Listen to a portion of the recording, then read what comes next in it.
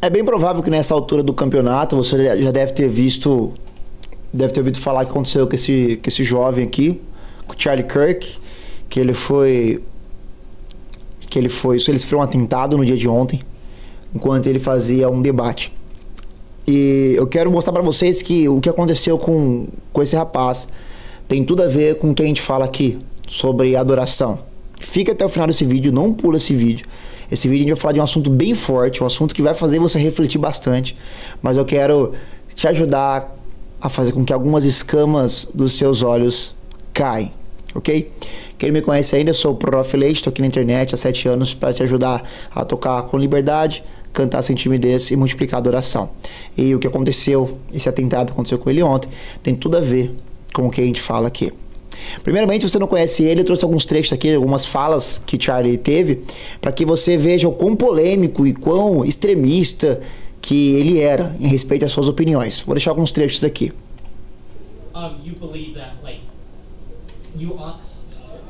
Vamos lá, só o contexto, né? O Charlie geralmente se reunia nas universidades e fazia debates abertos.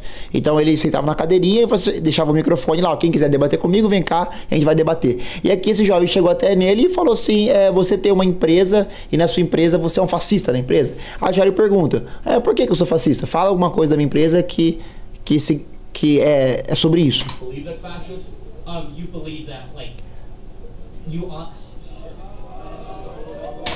Então é muito comum essa dinâmica. A pessoa chega com um statement, a pessoa chega com opinião, ele pergunta, mas por que essa opinião? Qual que é a evidência sobre isso? E as pessoas geralmente ficavam sem resposta. Eu tenho outro vídeo aqui também sobre a questão sobre aborto. Ele falava bastante sobre esse tema. E olha que interessante que foi essa conversa com essa menina.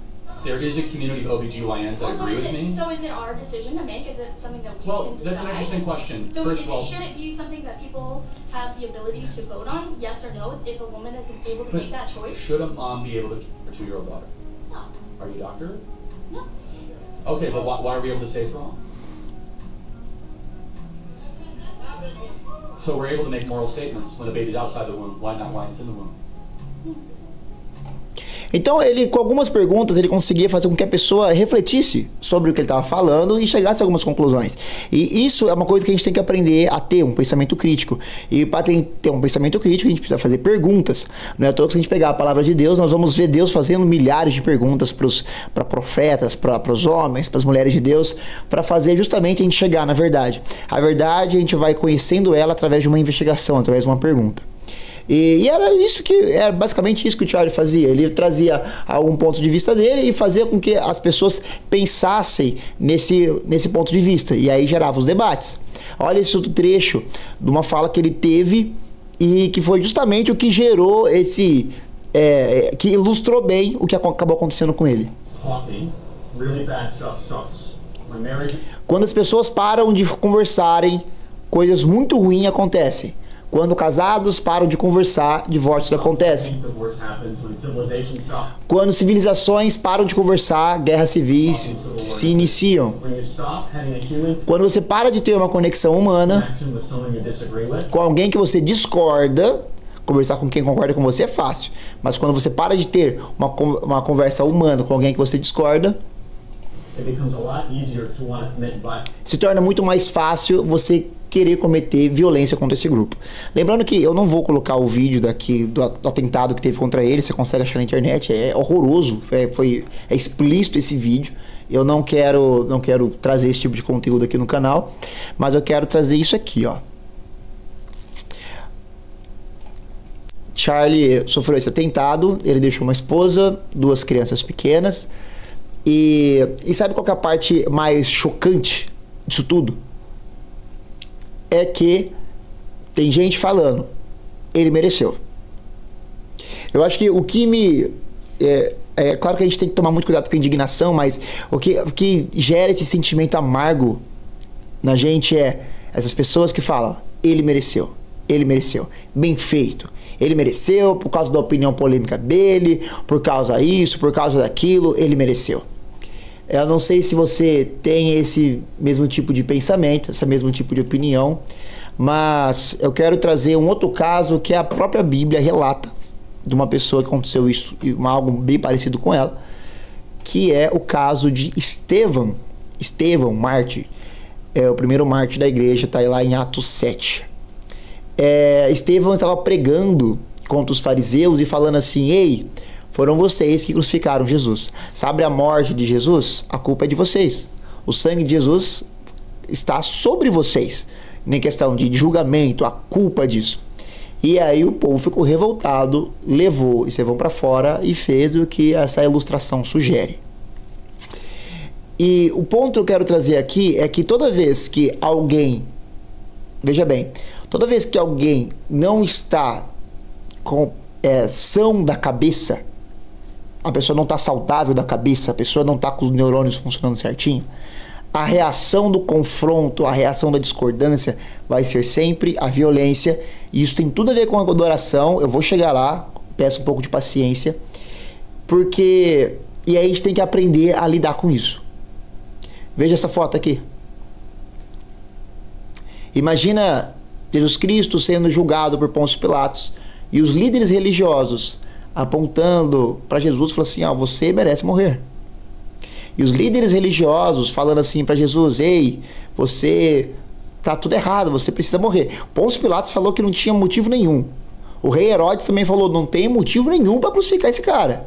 Mas os líderes religiosos, com ódio no coração, se você pegar para ler ali o finalzinho dos evangelhos, vai trazer essa narrativa e vai mostrar que foram os líderes que incitaram o povo para querer a crucificação de Jesus. Isso tem tudo a ver com adoração. Por quê? Porque isso aqui é uma promessa bíblica. É uma promessa bíblica. Se você abrir a sua Bíblia lá em Mateus 5, lá, Mateus 5 é o famoso Sermão do Monte, né, sobre as bem-aventuranças. E se a gente for lá em Mateus 5, 10, bem-aventurados os perseguidos por causa da justiça, porque deles é o reino dos céus. Charlie, ele pregava muito contra o aborto. E querendo ou não, quando você se posiciona contra o aborto, você está se posicionando a favor das crianças que a vida estão sendo ceifadas.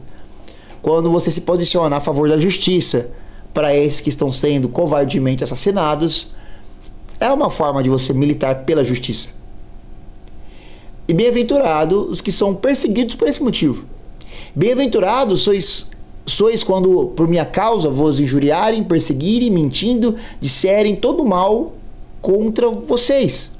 Regozijai-vos, exultai, porque grande é o vosso galardão nos céus, pois antes perseguiram os profetas que vieram antes de vós. Ou seja, essa perseguição, quando a gente defende a justiça, ela é uma promessa bíblica e isso é uma bem-aventurança. Quando somos perseguidos, quando defendemos a justiça. Talvez ao postar esse vídeo, alguma pessoa vai discordar de mim, vai aqui nos comentários e vai escrever um textão e tá tudo bem, você é livre para isso. Acabou de acontecer na live nossa hoje cedo, vieram várias pessoas e começaram a descer a lenha no que eu tava falando e eu não gosto de bloquear as pessoas, eu gosto de deixar elas falarem o que elas querem falar. Até porque eu imagino que se Cristo estivesse pregando e aparecesse alguém que é contra Cristo, Cristo não silenciaria ninguém. Cristo deixaria a pessoa falar. E através da exposição da verdade, através da exposição da palavra, essas pessoas seriam também confrontadas. O ponto é o seguinte: eu sei que talvez gera um sentimento de revolta em você, um sentimento de indignação, e você quer tá errado isso aí, essa galera aí, essa cultura woke, não sei o que, a gente tem que acabar com isso. Calma, respira bem fundo. Até porque a nossa luta não é contra a carne, nossa luta não é contra o sangue. Se a gente for lá em Efésios 6, fala sobre a armadura de Deus, e no 12 nós lemos assim: porque a nossa luta não é contra sangue nem é contra a carne, e sim contra os principados e potestades, contra os dominadores deste mundo tenebroso, contra as forças espirituais do mal nas regiões celestes. Por que isso que está acontecendo tem tudo a ver com adoração? Você quando adora, você quando canta, você quando toca, você quando leva a mensagem para frente, você está levando essa mensagem para frente. Você está levando essa verdade para frente. E entenda que vão ter pessoas que vão querer tapar os ouvidos e não vão querer ouvir a verdade. E vão ter pessoas que vão reagir à sua pregação, vão reagir à sua ministração. E muitas vezes essa reação vai ser uma reação igual aconteceu aqui com Estevão. Vai ser esse tipo de reação. A pergunta que eu quero fazer para todos vocês é: vocês estão prontos para isso? Vocês estão preparados para passar por isso aqui igual aconteceu com Estevão, igual aconteceu com o próprio Paulo, que foi preso, foi açoitado, quiseram matar e no final acabaram matando o apóstolo Paulo, como fizeram com Jesus, como também fizeram aqui com o Charlie? Deixando bem claro, não estou colocando no mesmo patamar todas essas figuras que eu mencionei, mas o que eu quero que você entenda é que vocês estão prontos para essa perseguição? Porque conforme a banda está tocando, conforme as notícias estão nos anunciando, conforme o mover espiritual que está acontecendo, tudo está levando para esse direcionamento. Agora, quando levantarem a voz contra você, quando impedirem de você tocar, quando impedirem de você adorar, quando impedirem de você professar a sua fé, qual será a sua reação? Será que você vai ter tanto amor e compaixão no seu coração, igual Cristo teve naquela cruz para dizer: Pai, perdoa eles porque eles não sabem o que fazem? Quando você escuta algum jovem falando assim: ele morreu porque ele mereceu, será que você consegue no seu coração orar por esse jovem? Para que as escamas dos olhos desse jovem se abram e a pessoa perceba o quão absurdo que ela está falando? Será que você está preparado para isso? Gente, está na hora de acordar. Cadê os verdadeiros adoradores? Cadê os adoradores que estão disponíveis a viver essa promessa deixada aqui em Mateus 5? Cadê os verdadeiros adoradores? Eu tô aqui na internet há 7 anos falando sobre isso. De um ano para cá eu resolvi me posicionar com mais firmeza sobre aquilo que eu acredito e aquilo que eu ensino para os meus alunos. Aonde estão eles? Aonde estão esses adoradores?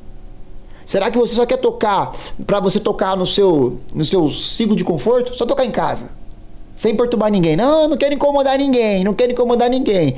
Porém, quando a gente continua lendo aqui, o Mateus 5, Mateus 5,13 fala: vós sois sal da terra, vós sois o sal da terra. Ora, se o sal vier a ser insípido, como lhe restaurar o sabor? Para nada mais presta senão para lançar fora e ser pisado pelos homens. 14. Vós sois a luz do mundo. Não se pode esconder uma cidade edificada para o monte, nem se acende uma candeia para colocá-la debaixo de alqueire, mas no velador, e alumia a todos que se encontram na casa. Ei, acorda para a vida. Jesus está te chamando para que você anuncie a mensagem dele.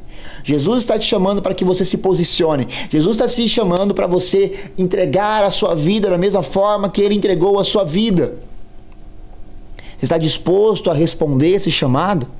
Ou você vai ficar se escondendo e vai deixar com que o mal continue falando nos holofotes, falando na televisão, falando nas rádios, falando na internet, deixando o pecado cada vez mais escancarado, deixando a justiça mais escancarado, e você aí, no seu conforto, fica só reclamando: olha como é injustiça, como é injustiça. Mas o que você está fazendo para combater essa injustiça? Onde está o seu posicionamento? Irmão, eu só oro. Muito bom, orar é disciplina espiritual básica. Você tem que orar sim. Mas a fé sem obras é morta. Se você manifesta somente a sua fé só pela oração e não faz nada, e eu não estou falando de, deixar bem claro, não estou convidando ninguém para fazer uma rebelião, ninguém para fazer um motim, não, esse não é o convite. O convite é estar disponível para se posicionar. Para você pegar o seu instrumento, você pegar aqui o seu instrumento, e quando você for tocar, você entender o peso da mensagem que você carrega. Você entender a força espiritual que tem da mensagem que você está cantando. Você está preparado para isso? Caso você não esteja preparado, mas quer se preparar, ou quer se conectar com pessoas assim, entre no primeiro link na descrição. Já tinha preparado esse link para um curso gratuito que a gente vai lançar para ajudar você a tocar do zero, tocar sem cifras e multiplicar a adoração. Agora que aconteceu isso, no dia de ontem, meu amigo, agora é que eu quero mesmo ajudar vocês a multiplicar a adoração. Porque o mundo está precisando que a nossa luz, que na verdade não é nossa, mas é Cristo em nós, se manifeste cada vez mais. Deus abençoe grandemente a sua vida. E vamos juntos anunciar essa verdade que liberta. Não pregando ódio, não pregando ele merece, mas pregando redenção, graça e misericórdia. Deus abençoe a todos vocês.